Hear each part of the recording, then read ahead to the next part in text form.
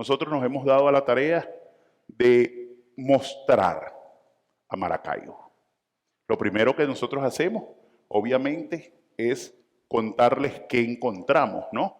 Porque muchas veces uno puede sentir que ve una noticia del Zulia y cree que sabe lo que pasa en el Zulia o lo que pasó en Maracaibo.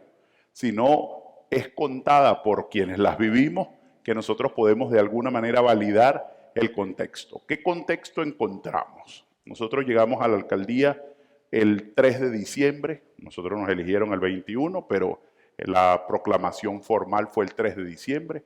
En ese 3 de diciembre encontramos una ciudad con las siguientes características. En primer lugar, con un presupuesto para todo un año de 118 millones de bolívares, que es lo que la alcaldía tiene para invertir en todo este 2022. Esos son 24 millones de dólares en un año.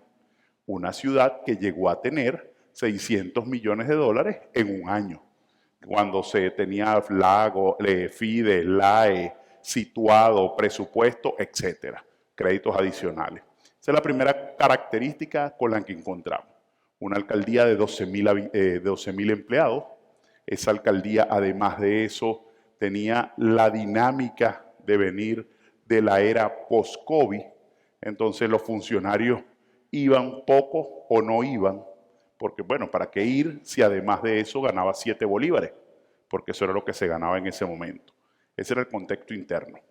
En el contexto externo encontramos esa misma catástrofe a nivel de la ciudad. Es decir, una ciudad que había perdido todos sus servicios públicos. De venir, de ser la primera ciudad en tener electricidad, en tener cine, en tener todo eso, a tener el apagón de los 10 días, para luego continuar en ese tobogán de declive, además del COVID, con todas las políticas que afectaron a la ciudad. Además de eso, pues por supuesto, todo un contexto que tiene las características de que cuando la ciudad está así de crítica, pues por supuesto pierde lo más importante que puede perder cualquiera, la esperanza. Entonces tenías una migración completamente transversal. Se iba desde el que más tenía hasta el que menos, es decir, de las ciudades de nosotros salían gente que sin tener nada igualito se iba a caminar para Chile, como decimos nosotros. Una de nuestra gran población está en Chile, la otra está en Estados Unidos, en ese orden, Chile, Estados Unidos, Colombia. Y así es que nosotros fuimos desarrollando todas unas políticas. Entonces, ¿cuál fue la primera estrategia? Devolver la esperanza. Porque si tú no trabajas en el ánimo, por mucha inversión que quieras hacer, al ánimo no te permite desarrollarte como iniciativa y como actividad. Entonces, nosotros para devolver la esperanza, empezamos en varios sectores a trabajar varias áreas de gestión, de servicio público, etcétera. Pero nuestra principal o una de nuestras principales tareas era generar con el sector privado una convivencia productiva. ¿Por qué? Porque nosotros teníamos una ciudad en donde, además de todo lo que les he contado, los que gobernaban anteriormente decidieron en esa ciudad establecer un régimen de terror con la materia tributaria. Entonces, no solo era que ya tenías todos los problemas que les conté, sino que es que además de eso tenías un municipio que te perseguía por todo. Si abrías, te pechaba con los impuestos. Si tenías publicidad, te pechaba con los impuestos. Si no te daban los servicios, te cobraban los servicios. Y todo ese caldo de cultivo, lo único que servía era para que la gente pensara en que invertir en la ciudad o formalizarse era un riesgo y era innecesario. Entonces nosotros, ¿qué decidimos de primera mano? Bueno, tenemos que lograr una convivencia productiva. Entonces hicimos varias cosas en ese marco. La primera de ellas, estructurar un conjunto de ordenanzas que las denominamos las ordenanzas del progreso, en donde le estábamos diciendo a la ciudad que íbamos a tomar medidas para que la gente encontrara medidas económicas que le permitieran desarrollar su actividad allí. Entonces, hicimos, por ejemplo, acuerdos tributarios. ¿Qué encontramos? A una ciudad que así hubieras estado cerrado en todo el 2020, año de la pandemia, o en parte del 2021, año en que continuaba la pandemia, te cobraban como si hubieras estado abierto.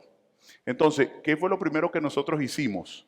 lograr que tuviéramos impuestos, o sea, que lográramos acuerdos de convivencia en donde la gente pudiera decir que con esos acuerdos tributarios podía volver a abrir. Porque era criminal, por decirlo de alguna manera, que tú le dijeras a alguien, bueno, mira, yo sé que pasaste la pandemia, yo sé que pasaste esto y además me debes un poco de plata. Eso no iba a fomentar que nosotros tuviéramos este desarrollo del aparato económico. Entonces, allí hicimos acuerdos.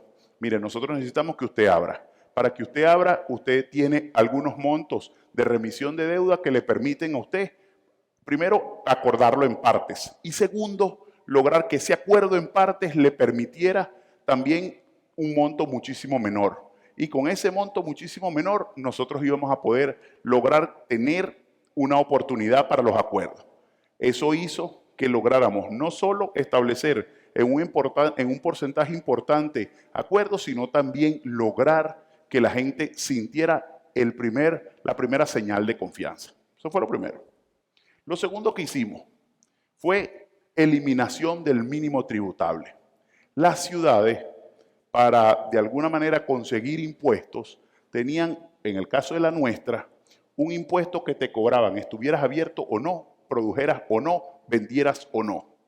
Y ese porcentaje no afectaba a los grandes, o era un porcentaje, un monto marginal en los grandes, pero en los pequeños, en todos los comercios pequeños, era muy costoso.